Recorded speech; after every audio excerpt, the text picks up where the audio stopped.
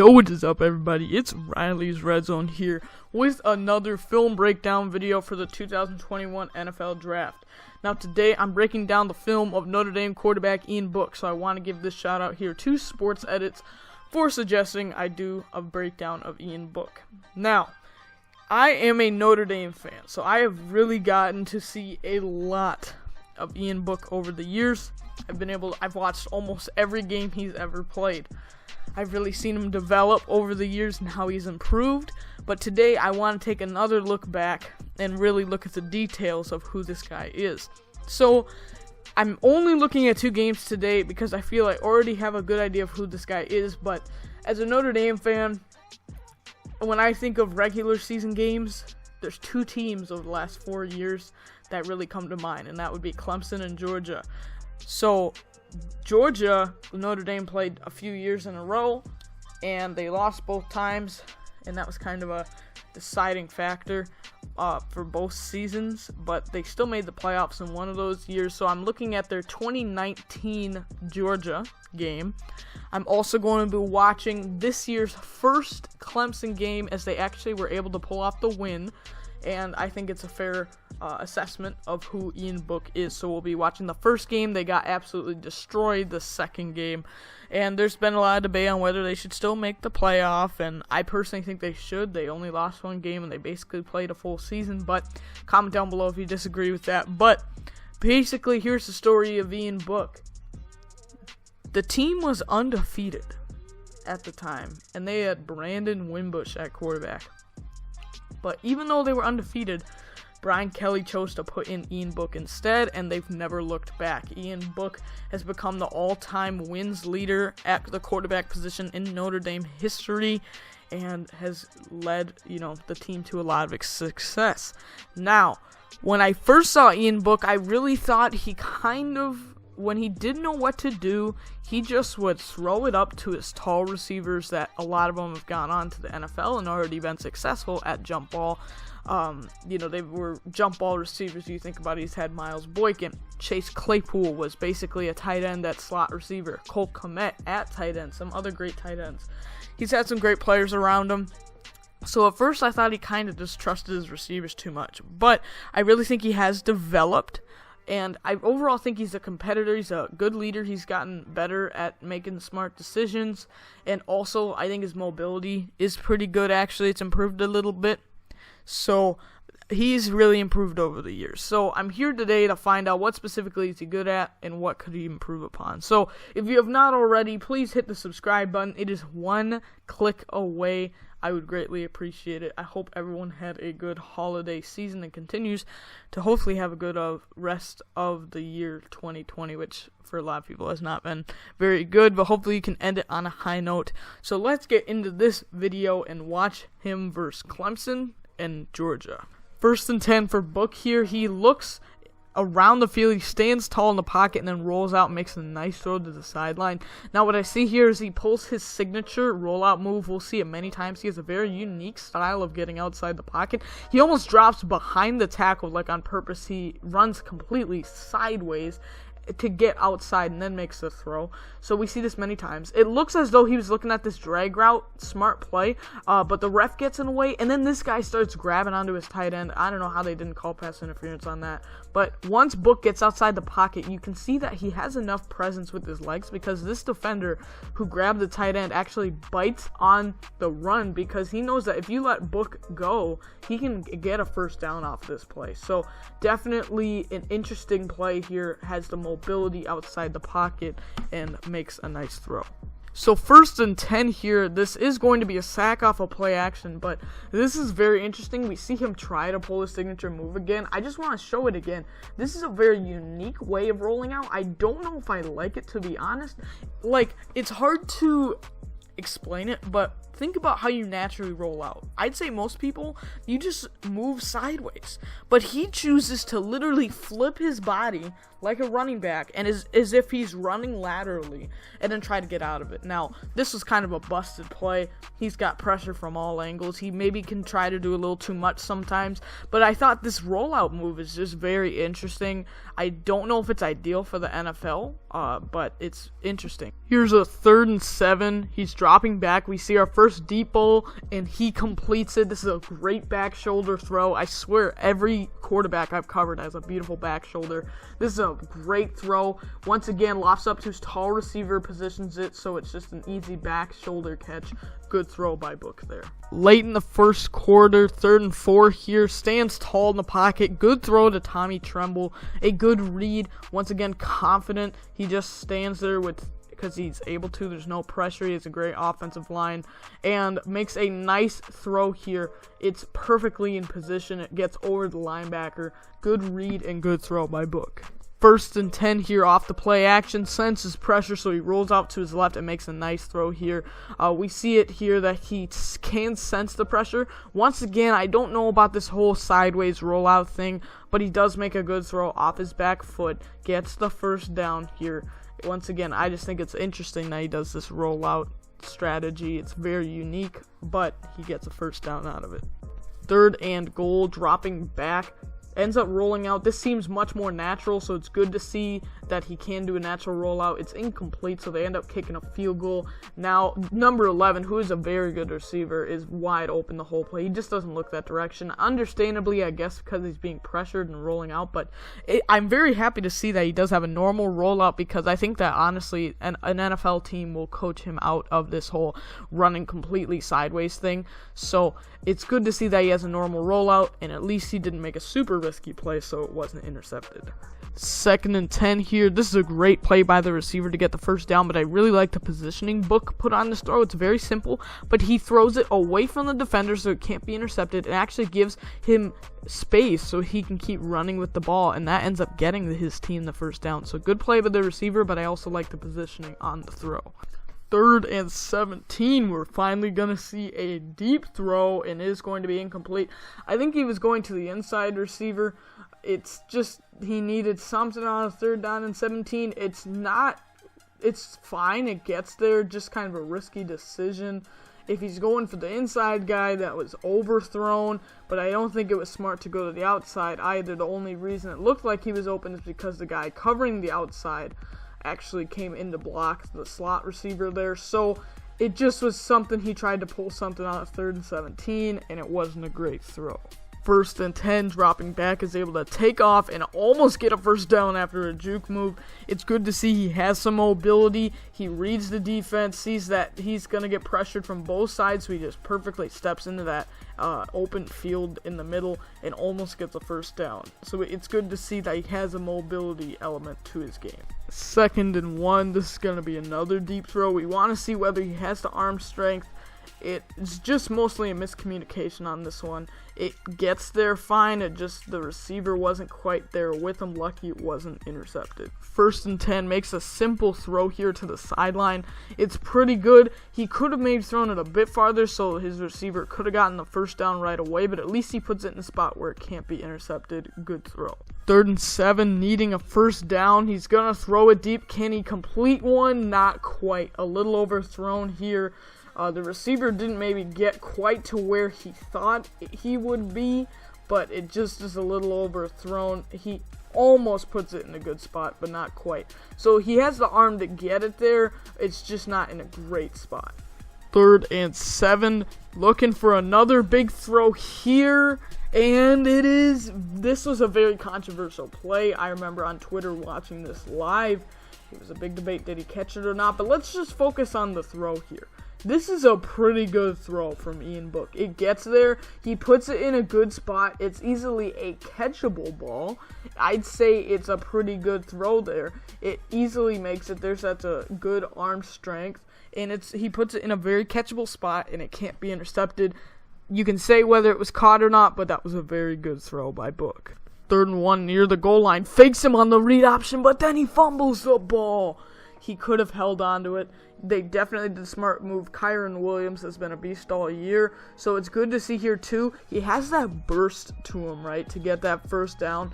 That's good to see. He has the speed, but he didn't quite have the ball security there. I think he could have held on to it. It did seem he was kind of stripped from behind, but I do think there was a chance he could have held on to it. But he tried his best. At least we see that burst of speed.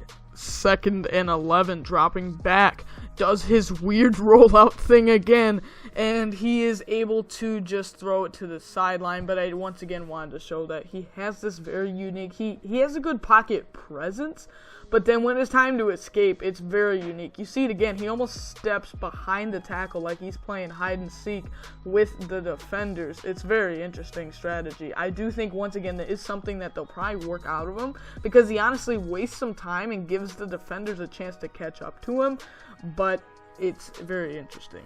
3rd and 7, needing a big play. He's gonna throw it deep again, and it is dropped, but I like to see it. He has the arm strength. It's a pretty good positioned ball, kind of a back shoulder throw. It easily makes it there.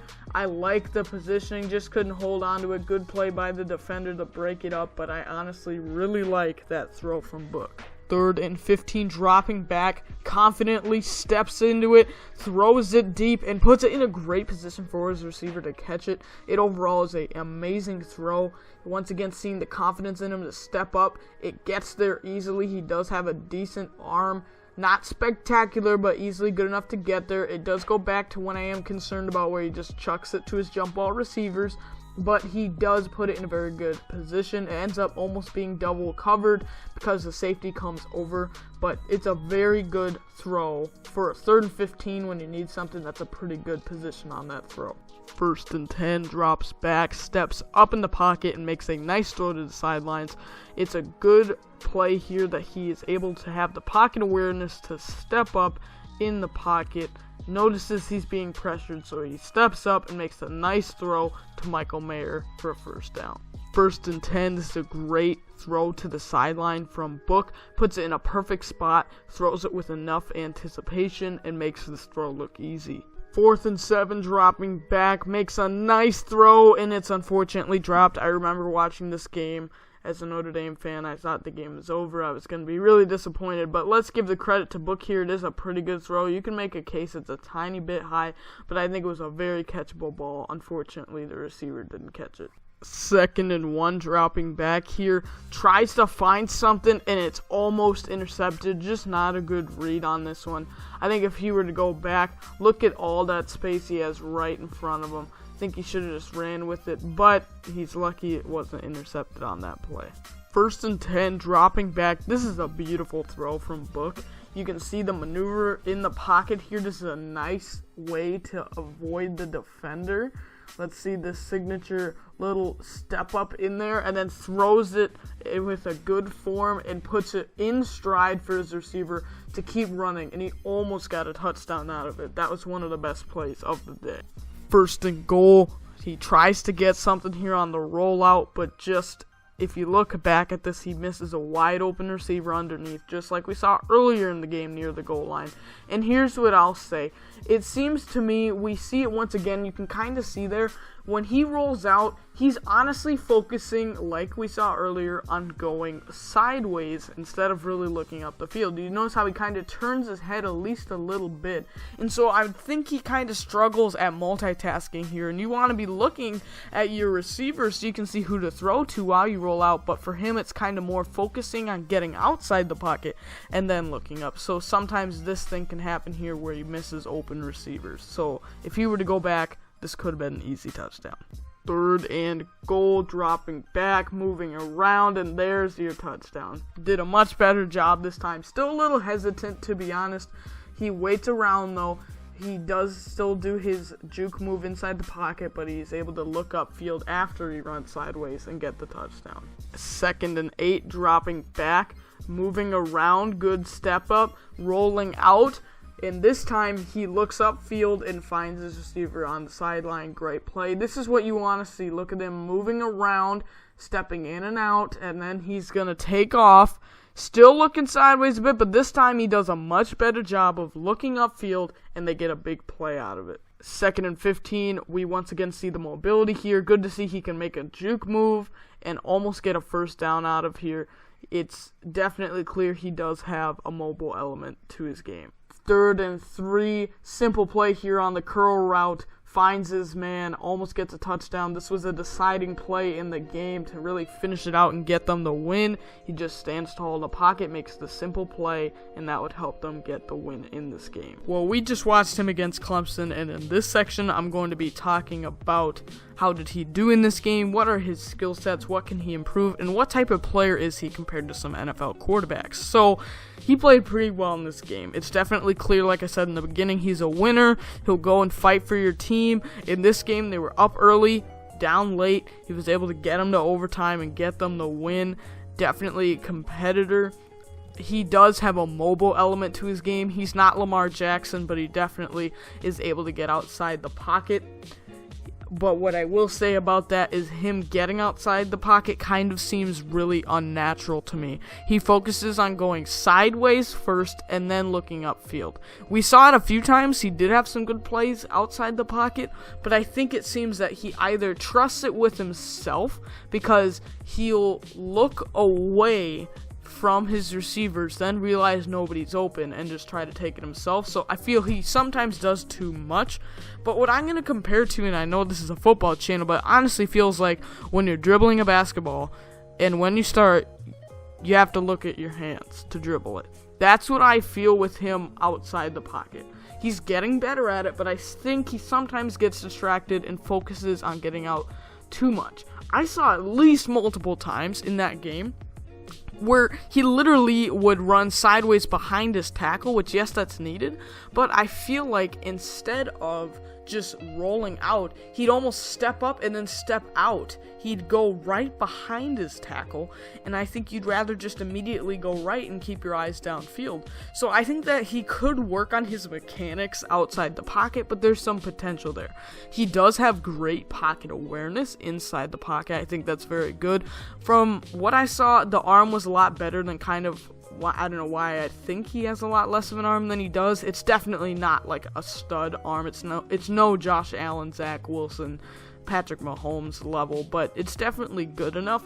So here's where I'm going to make some comparisons. Okay, this is going to be an interesting one. So my comparisons for Ian Book is a not quite as good version of Baker Mayfield, but a much better version of Case Keenum. So originally I actually had Russell Wilson instead of Baker Mayfield, just nowhere near as good, but there definitely is some elements to those two in the game. I think that both are pretty mobile. Russell is amazing outside the pocket, but Baker's okay outside the pocket, so that's why I compare him to him.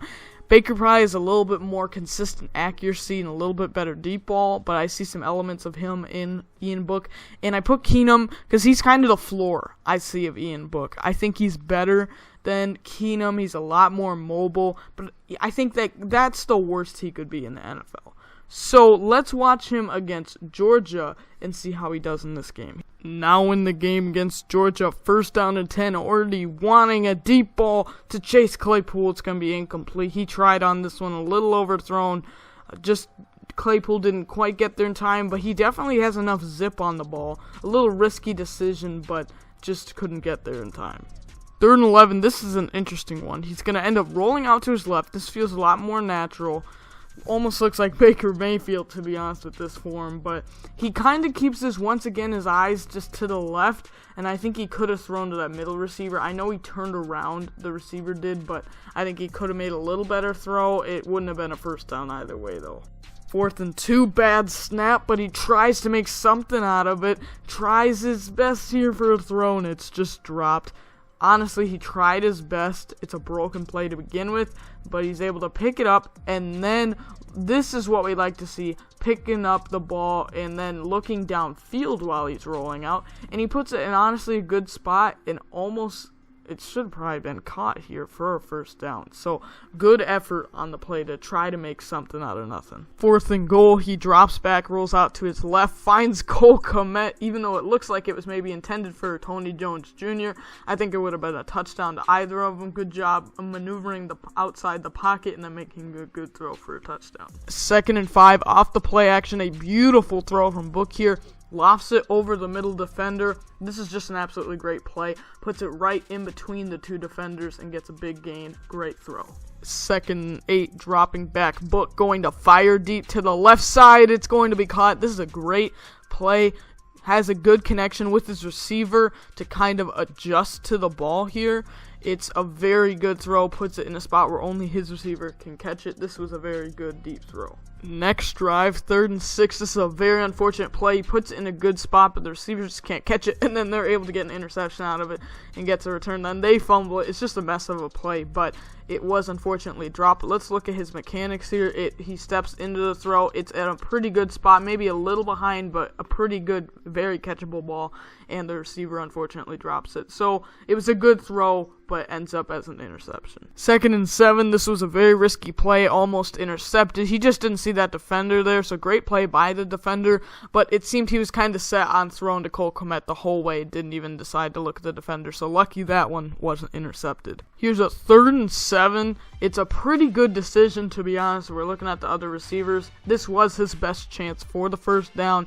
They just unfortunately couldn't get it, but I actually like this read from Book. 1st and 10 off the fake. It's a pretty good throw. Not perfect. I definitely think he could have thrown it farther in front and let him run for more, but it's a pretty good throw. It's a very good play call. Gets him wide open, but it is overall a good throw by Book. 1st and 10 off the flea flicker. Interesting play design. Tries to get something to go here. Very risky throw. I don't know why he necessarily did that.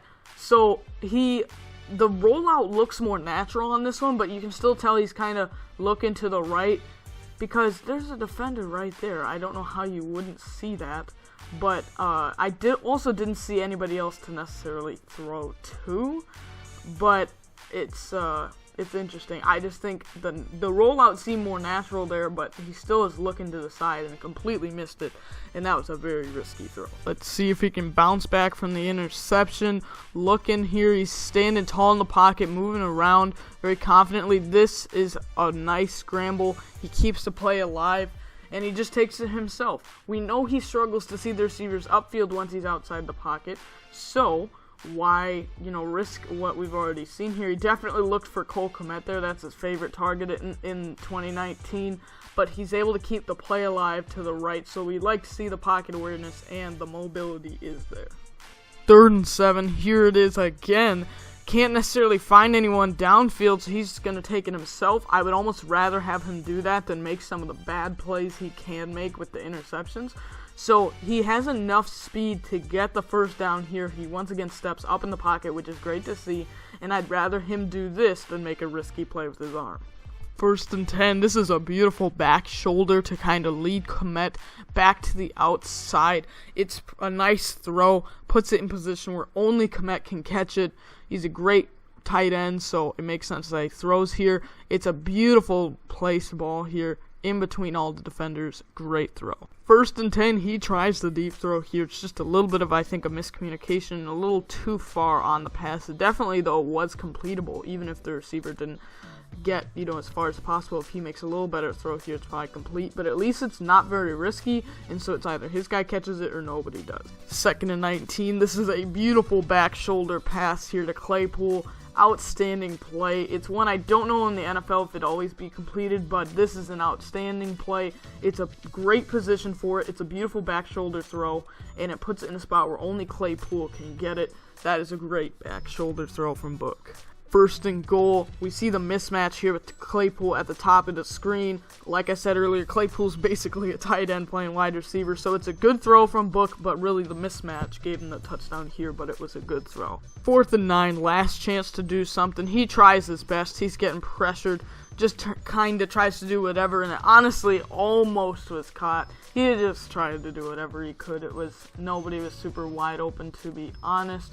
By the time somebody was, he was pressured, so he had to try to escape the pocket. He did what he could on this play. They unfortunately couldn't come out with the win, but he tried his best in this game. Well, we just watched him against Georgia, so now I'm going to give my breakdown of what I thought of him in that game, as well as overall where I would pick him. So he did pretty well. Not perfect. We definitely definitely still see the struggles he has kind of looking upfield when outside the pocket. That's definitely, I'd say, his biggest weakness.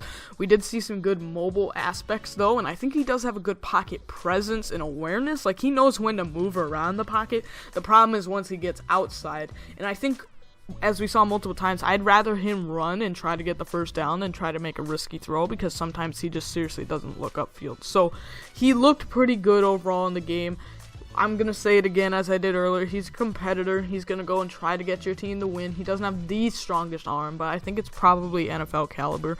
It's better than, honestly, I remember it kind of being, but he looked pretty good in both games. So here's what I'm going to say about Ian Book.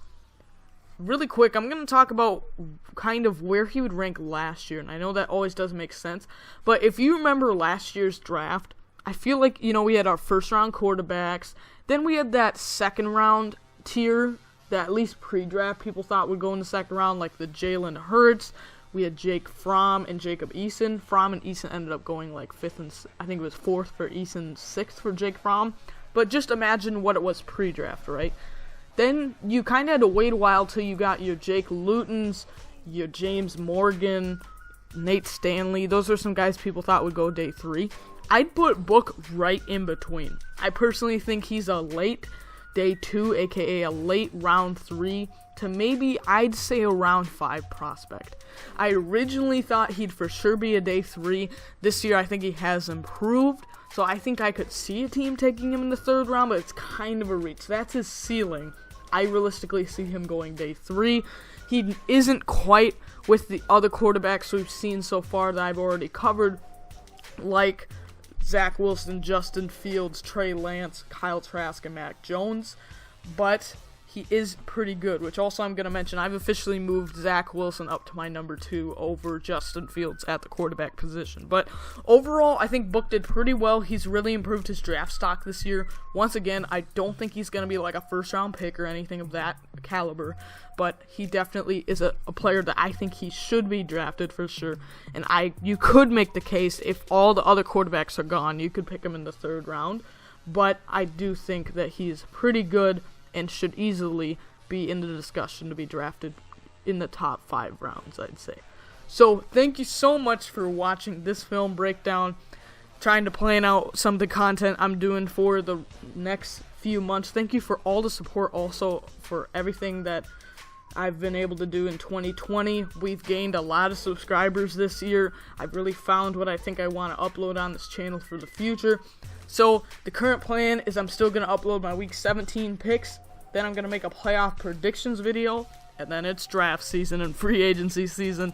I'm going to be working for the next few months in January and February on some more film breakdowns, as well as some free agency predictions. So that's the plan. Also going to get some mock drafts out there. And I also want to start saying, like, here's my top 10, quarterbacks in this year's draft. So comment down below who I should break down next. It doesn't have to be a quarterback. I'm planning on doing Trevor Lawrence next. And then after that, I might switch to some other positions. But thank you so much for watching this video, and I will see you guys in the next one. Thanks for watching.